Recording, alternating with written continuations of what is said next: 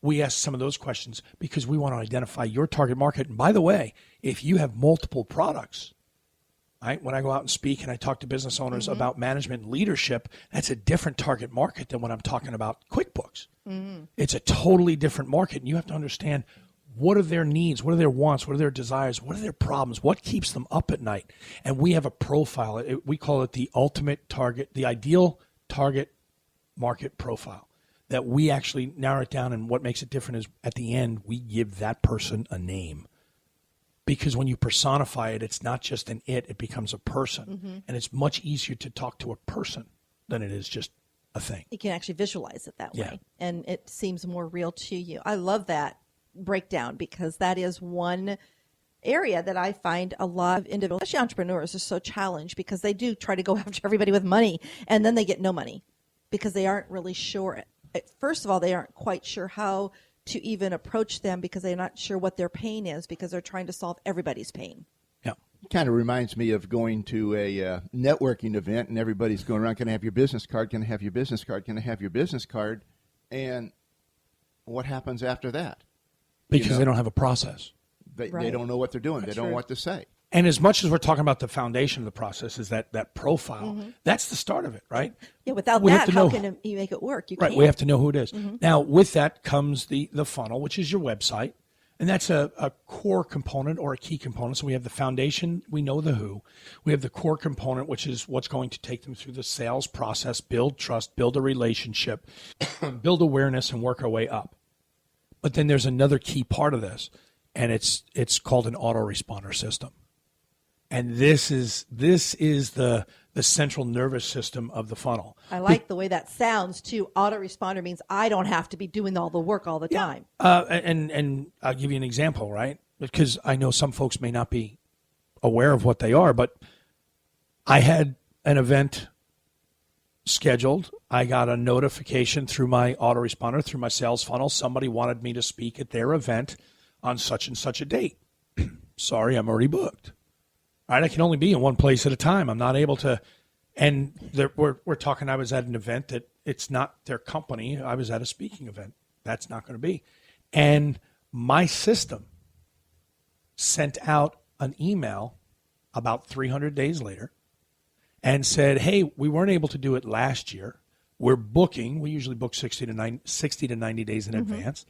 We're now booking this time frame for next year. Are you still the point of contact, or do we have to get in touch with somebody else? Love it. And it was the same person, and she said, I am so glad that you reminded me. We'd love to have you come and speak at the event. And she called me up, so excited. Oh, I'm so glad you remembered us. It meant so much. Now I'm going to let you in a little secret. I didn't remember anything. This is about having systems and processes in place. The autoresponder did all the work for me. They got into the funnel, and just because they don't buy now, and this is the important part, this is where autoresponders are your gold, all right? 10% of the people who come to your sales funnel are ready, willing, and able to buy now.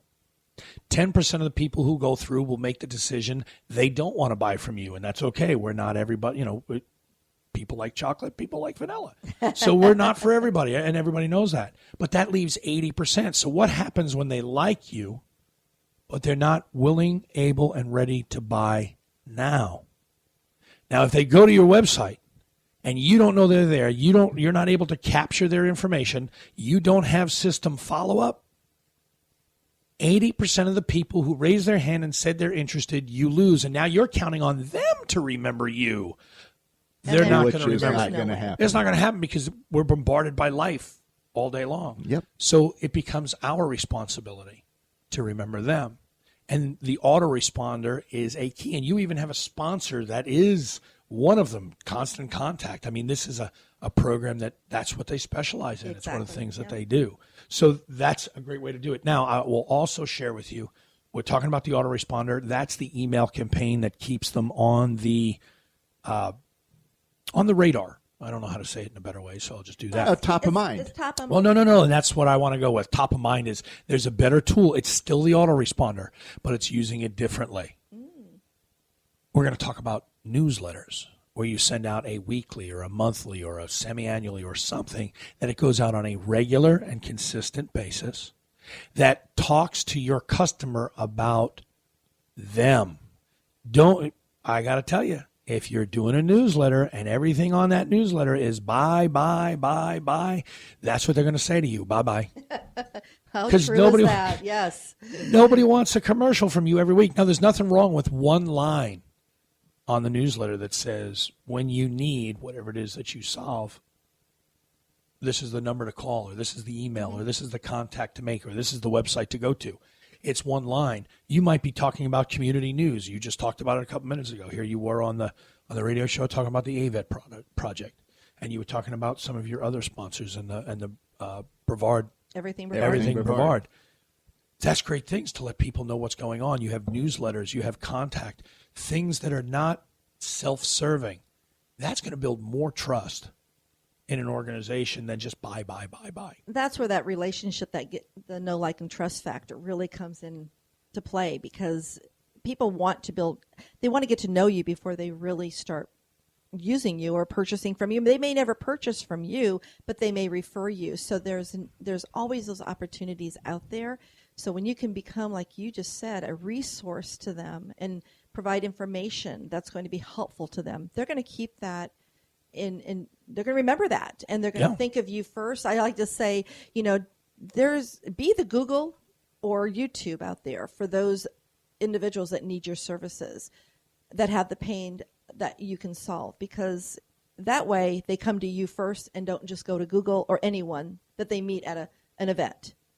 Yeah, I talk to people when we talk about doing the newsletter, which is a key component of your autoresponder. So first of it keeps them on the radar, and then the autoresponder is what keeps them feeling top of mind awareness, as you said. It's about building that rapport, building that trust, building your brand. Because when people are buying from you, they're not buying you, they're buying your confidence. If they don't feel that you can achieve their confidence, that you have, they're not going to go with you. Very well said. And the sales funnel is a way to not only get you into their confidence a little bit, but little by little, you can start to build that trust. Because sometimes, depending on your business, right, small business like a flower stand or something like that, well, you don't need to have a whole lot of trust. The flowers look good, I'm good to go. But if you're looking for an attorney to handle your estate, it's a whole different trust level. Big difference, yes. Right. And one of the cool things that the funnel does is it escalates as it moves forward.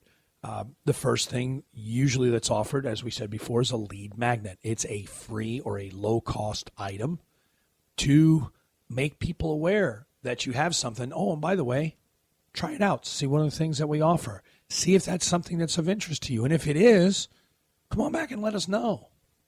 Right? But we're in business. Let's just be honest.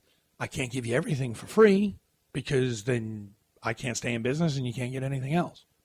What are some suggestions for lead magnets? I know in general, what could someone do? There's a lot of different things that you can do. I was at the Speakers Summit this weekend, and one of the ladies that's a best-selling author, one of the speakers, she's a best-selling author, and when you come to her, she offers you one chapter of the book.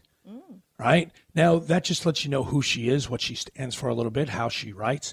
What she's actually selling is a blueprint to help you write your book.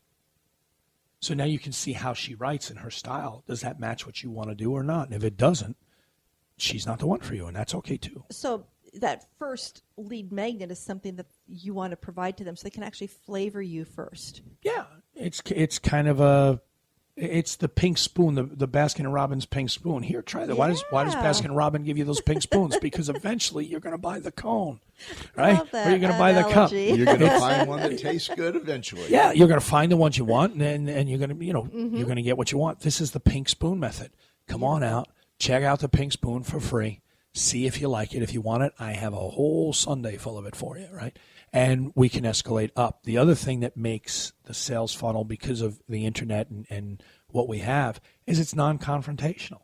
Think about all the ads that you see in the newspaper. Call here, right? Come here. Go. There's somebody on the other end of that phone that's their main job is to create a commission. So when you make that phone call, you now know, oh man, they're going to be trying to sell me something that I don't want, and people get upset with that. because it's a sales funnel, it's an automated process in many occasions, whether they're sending you a copy of the book, whether they're letting you get a digital product. There's no confrontation. It's automated. Jump on, get it. If you like it, there's more to see. If you don't like it, we'll still part as friends. Yeah, there's always that opt-out button. Yeah.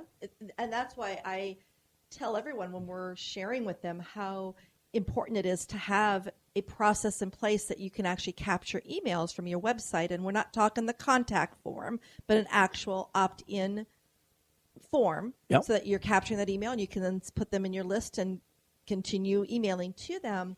That you need to have something in mind that that they can't wait to hear more from you. But the thing is, we do it all the time. We always are going on and putting our email onto some kind of form on the internet, and we start getting these emails. And yes, they do start filling up the inbox a lot, but we have that option. If we don't want to hear from that person any longer, we just opt out. So you're not being intrusive. People are actually saying, yes, I want to hear more from you. Tell me more. It's up to you to keep them interested and informed. And when you're offering things that they're interested in, that are helpful, the newsletter solves some of their problems, makes them aware, because you know who your customer is, what you're offering them, they're less likely to opt out. As a matter of fact, on a lot of the newsletters that I offer, we get comments all the time, well, we can't wait for your newsletter. Mm-hmm. We can't wait to see that. I'm not getting deleted.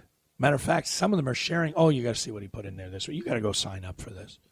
One of our deals was and we did it for years, 52 QuickBooks tips. One QuickBooks tip emailed to your inbox every week. Now, if you're new to QuickBooks, I'm not selling anything. It just shows up in your email box. Boom, you read it. If you use it, great. If not, no. But people every week, once a week for a year, they showed up. What happened at the end of a year? The last one, it said, would you like to renew? It's the same tips. But it's the way to stay refreshed because we don't use them all. Yes, for sure. And it just asked, do you want to renew? There was nothing confrontational. And it also asked on the last one, would you like some additional coaching?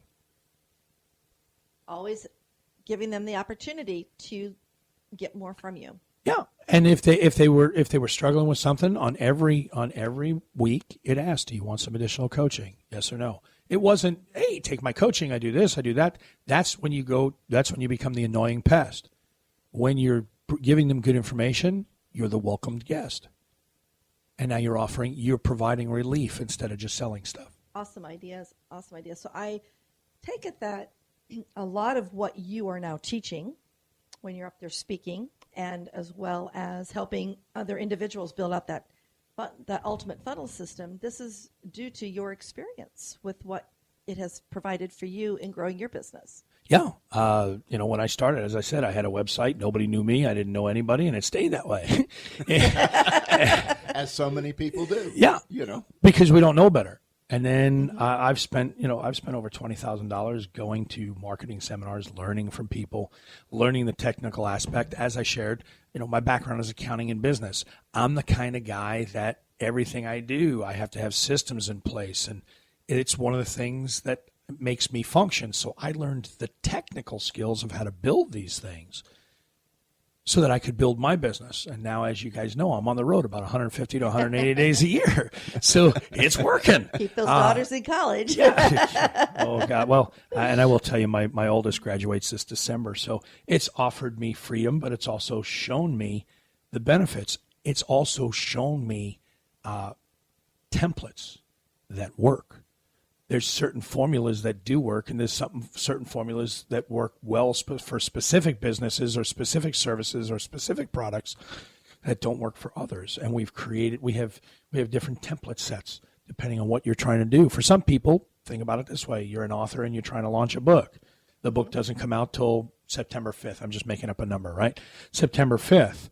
Well, what would be wrong with creating a little bit of anticipation now? Hey, we've got this book. It talks about this. It talks about that.